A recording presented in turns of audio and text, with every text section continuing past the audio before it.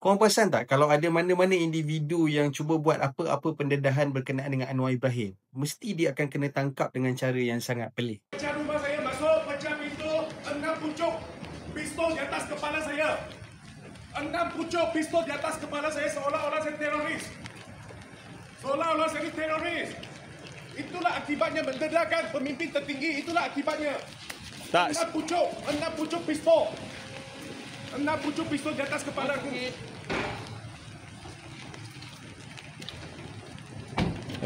Sekarang ni nak dibawa ke mana ni? Kena beritahu lah saya peguam dia. Mana boleh tangkap orang tak beritahu dia nak gimana? Ni perangai apa ni? Ni undang tak ada ke tak ada ni?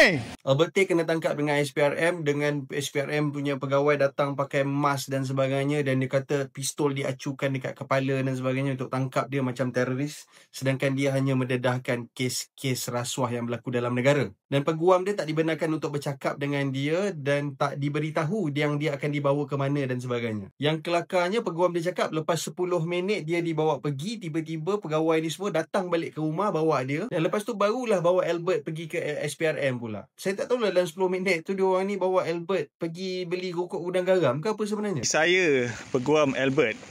Tadi saya cuba untuk berhubung dengan anak guam saya, tidak dibenarkan.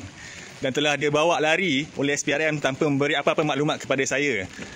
Saya duduk dalam kereta beberapa minit. Albert telah dibawa balik semula ke rumah.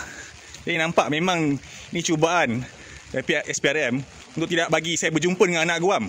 Kenapa perangai macam ni? Albert Tay ni dia bukan baru cakap pasal rasuah tau. Dia dah bercakap pasal rasuah ni sebelum ni berbulan-bulan, dan memang dah bekerjasama dengan SPRM untuk siasatan-siasatan tu semua dah. Tapi lepas beberapa hari lepas, dia bercakap pasal setiausaha politik Anwar Ibrahim, Samsul Iskandar, yang dia kata ada dapat ratus-ratus ribu, renovation rumah, dapat suit mahal, dapat cerut premium dan sebagainya daripada dia. Tiba-tiba rumah dia hari ni diserbu. Sebelum ni kita pernah tengok Yusof Router yang mengheret Anwar Ibrahim ke Mahkamah Sivil sebab report-report polis dia tentang serangan seksual dan sebagainya tu tak dilayan dan tak ada tindakan diambil kat Anwar Ibrahim. Dia pergi saman Anwar Ibrahim sendiri untuk bawa ke mahkamah.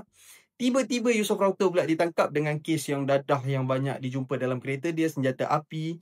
Polis kepung kereta dia dan tunggu dia turun daripada apartmen pagi-pagi, dan polis terus tangkap dia, mengatakan dia dapat info yang dalam kereta ni ada dadah dan senjata dan sebagainya, dan dia ditangkap dan disumbat dalam penjara berbulan-bulan dan tak dibenarkan untuk jamin keluar. So benda ni sangat merisaukan untuk Malaysia lah. Adakah bila orang-orang berkuasa ni dia dah rasa terlalu berkuasa, dia boleh buat suka-suka hati dia? Dan yang peliknya adalah kenapa setiap kali benda-benda ni jadi mesti ada Anwar Ibrahim yang involved kat dalam keadaan ni. Adakah benda ni satu kebetulan ataupun memang ada arahan untuk buat benda semua ni?